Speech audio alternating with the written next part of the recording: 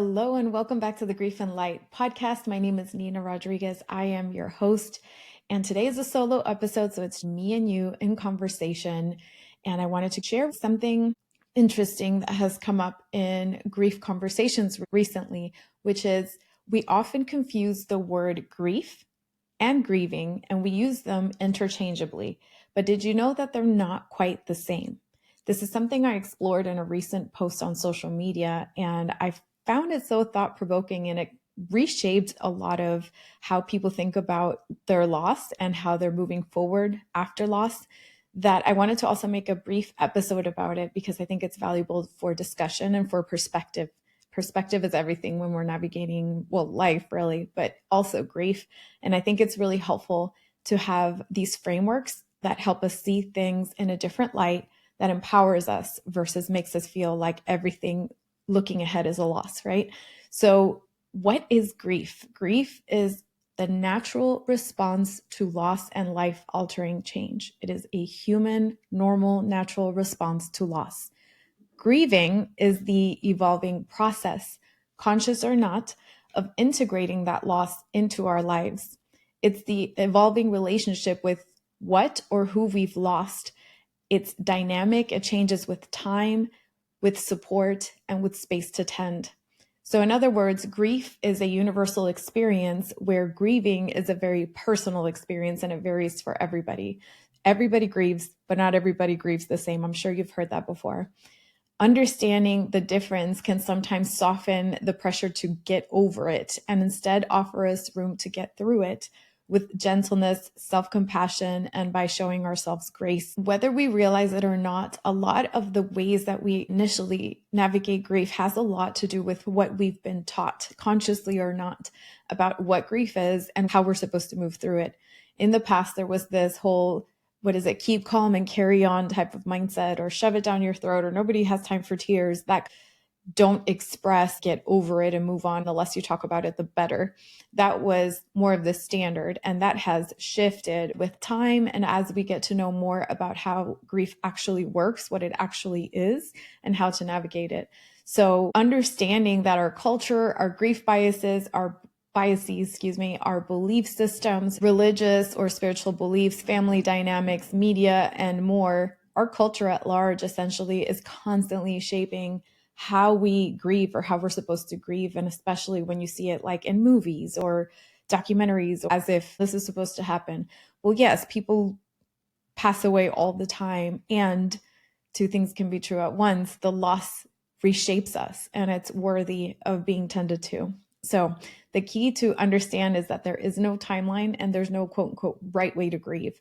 The only sort of wrong way to grieve would be to not do it at all. I recently shared this post on Instagram, which I will link in the show notes if you want to go straight to it, where I break down the difference between grief and grieving and why this discussion matters and how it can help you navigate your own experience. Or if you're looking to support somebody else in theirs, it's also very useful. Knowing the difference can shift how we care for ourselves and each other. Grief arrives suddenly, and grieving unfolds days, months, even decades later. Understanding this helps you reduce the pressure to move on and instead encourages us to create a space to move with. One reframe that I offer is that perhaps you're not stuck in grief. You're in an ongoing relationship with your loss. And like all relationships, things change and they evolve. And you have the power to shape what that experience is like. It may not feel like it in the beginning, but over time, you have the power to shape it.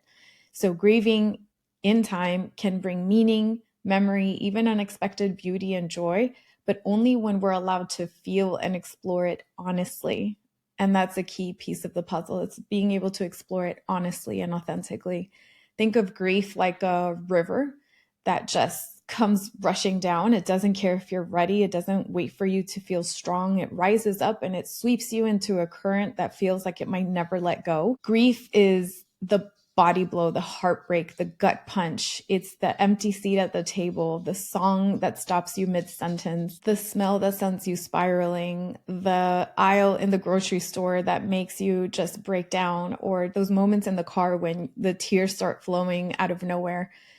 Grief is physical, it's spiritual, it's primal. It shows up in your skin, in your sleep, in your voice, in your memories. It's a very physical experience. When my brother passed, I remember my grandmother's skin broke out in hives, and initially we couldn't put it together, as obvious as it may seem now, looking at it in hindsight. In the moment, we couldn't put it together. We didn't understand why she was breaking out in hives until we understood the effect of grief on the body. Grief brain, grief is physical, and that was one of her symptoms. Grief is sometimes loud, other times it's quiet or dull or a low hum that you carry everywhere, so it shifts. Grief is the natural human unavoidable response to loss. It is not wrong or broken. It just is. You have very little, if any, control over how it shows up. It just is.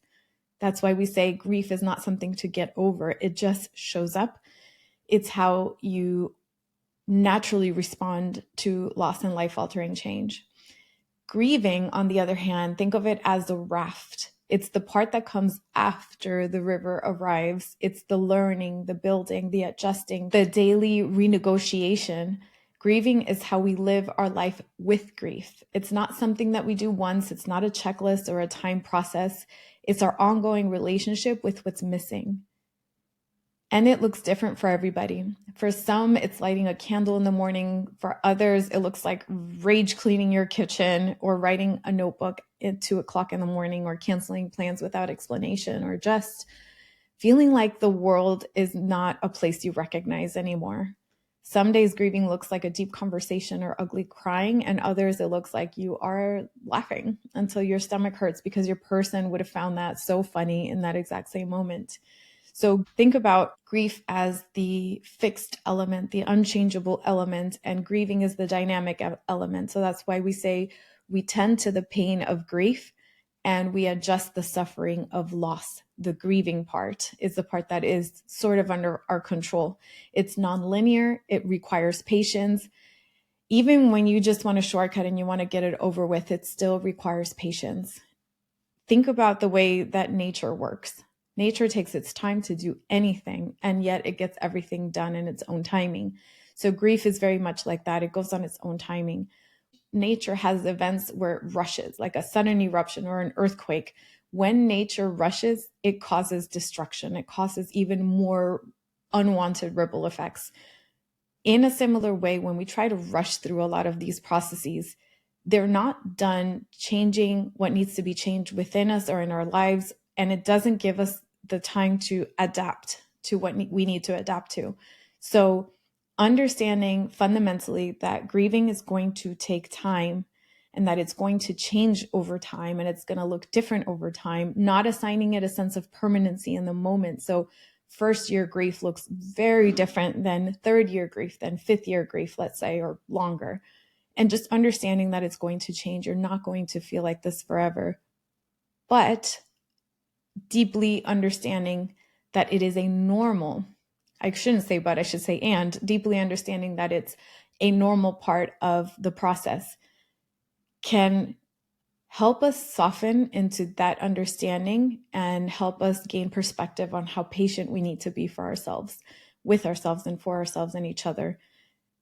The more we try to avoid this, the more it shows up in other forms in our lives. It could be sadness, it could be rage, it could be low tolerance, it could be resentment, it could be so many other things. But underneath those feelings is grief. And grieving is the way to move through it, with it, and forward. You may have seen one of those memes where there's a ball in a jar and the ball has very little room to move. And then the second image is a bigger jar. Then the third image is the bigger jar. The ball stays the same size, but the jar grows. And in a similar way, our lives grow around our grief. The grieving process helps us expand that capacity and makes our emotional jar, if you will, bigger. It's not that the grief shrinks, it's that our capacity expands. We learn to carry it differently. It becomes a part of our inner landscape. It's less like a wound and more like a scar that tingles a little bit when the weather shifts. There's a reminder of what happened, and that's grief over time. Understanding that grief is the event and grieving is the process helps us to stop asking questions like, why am I still like this? And instead ask, What kind of care do I need today? We shift our perspective. We shift the point of view from which we're seeing our lives. And instead of saying, why is this happening? When is it going to go away? Why is this so unfair? Instead of focusing our energy on those questions, we focus our energy on what kind of care do I need today? How can I show up for myself today? How can I support myself today? And we move forward with more ease and more compassion for ourselves and each other. For whatever it's worth, this is a friendly reminder that you're not too sensitive, you're not taking too long, and you're not doing it wrong. You are grieving. That's allowed to take time, and it's going to be on your time. Even in family systems, everybody grieves differently. So mom, dad, brother, sister, spouse, children are all going to have their own timing. And sometimes we feel like we're making headway and we get concerned about our loved ones because from our perspective, it might seem like they're falling behind. Trust their timing as well and surrender that need to control everybody else's timing. Focus on your own. Like anything in life, we think we have control of other people and other situations, but the control is really when we focus it on ourselves. At the end of the day, we are responsible for our feelings. We're responsible for how we move forward. We can support others when they're open to it. We can show them the way, but we can never force somebody to walk down that path. Even if we do somehow, they will not get what you think they will get out of it. So if you feel like a family member, your mother, your sister, your son, daughter, aunt, uncle, whoever is not grieving correctly, quote unquote, right? I'm using air quotes here. Just understand that they have their own process. Focus more on yours, understand your dynamics, your timing, and honor everybody else's as it is for them. I'll leave you with some food for thought. Are there parts of your grief that you've tried to outrun or silence? Think about it. Are there parts of your grief that you have tried to outrun or silence or ignore? What if you saw grieving as a relationship to tend to, not a problem to solve? What if you saw grieving as a relationship to tend to, not a problem to solve? How would that shift things for you, even energetically within yourself? So I'll leave you with those questions for you to ponder. And if you want extra support, if you want a place of witnessing, if you want more resources, more tools, you're always welcome to join the Community by Grief and Light. I will link it in the show notes as well. It is a space where I share resources, and it is a dedicated space for grievers to show up honestly. You can access it anytime, anywhere. And if you want more personalized support, you are welcome to sign on to my one-on-one coaching sessions at griefandlight.com/heart-to-heart. I will also link that in the show notes, or you could just go to griefandlight.com and everything's there. Thank you for being here. This was a short and sweet episode.